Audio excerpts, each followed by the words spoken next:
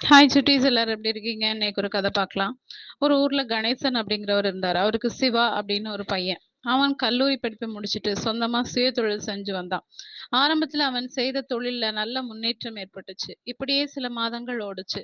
திடீர்னு அவன் செய்த தொழில்ல ஒரு மந்தமான போக்கு ஏற்பட்டு ரொம்ப நஷ்டமானான். எனவே என்ன செய்யறதுன்னு புரியாம மிகுந்த மனசோர்வோட காணப்பட்டான். தன் மகனோட சூழ்நிலையை கண்ட கணேசன் மகனை அழைச்சு கொண்டு வேகமா சமையலறைக்கு போனார். சமையலறையில இருந்து 3 பாத்திரங்களை எடுத்தார். ஒரு பாத்திரத்துல தண்ணீரை ஊற்றி ஒரு உருளைக்கிழங்கையும், 2வது பாத்திரத்துல தண்ணீரை ஊற்றி ஒரு முட்டையும் போட்டு ஒவ்வொன்னையா அடுப்புல வச்சு வேக வச்சார். உருளைக்கிழங்கும் முட்டையும் நல்லா வெந்ததும் 2யும் தனியா எடுத்து வச்சுக்கிட்டார். பிறகு 3வது பாத்திரத்துல தண்ணீரை ஊற்றி அதுல டீ தூளை கலந்து அடுப்புல வச்சார். சூடான டீ தயாராச்சு. சூடான டீ கூட சிறிது சர்க்கரையை சேர்த்து ஒரு காபி கப்ல ஊத்தி சூடா தன் மகனுக்கு கொடுத்தார். சிவாவும் அப்பா கொடுத்த டீயை வாங்கி குடிச்சான். அப்போ கணேசன் தன் மகன் கிட்ட வந்து கேட்டார்.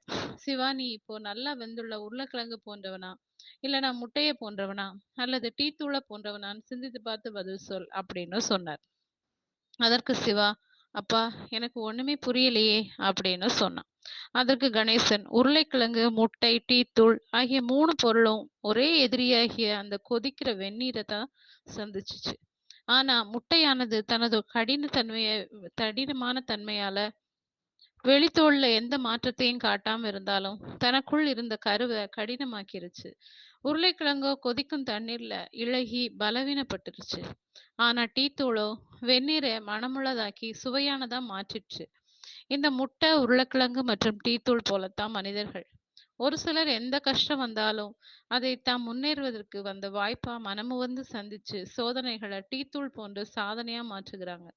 அதே போல ஒரு சிலர் தங்களுடைய கஷ்ட நஷ்டங்களை வெளிக்காட்டாமல் முட்டை போல தோற்றமளித்தாலும் உள்ளே மனதளவுல விரக்தி அடைந்து விடுகிறார்கள். வேறு சிலர் உருளைக்கிழங்க போல துன்பங்கள்ல தம்மை கரைத்து கொண்டு மனத்தோற்றம் வெளித்தோற்றம் ஆகிய ரெண்டிலும் கோழைகளாக மாறிடுறாங்க. இப்ப என்ன என் கேள்வி உனக்கு புரியுதா அப்படின்னு சிவா கிட்ட கணேசன் கேட்டார்.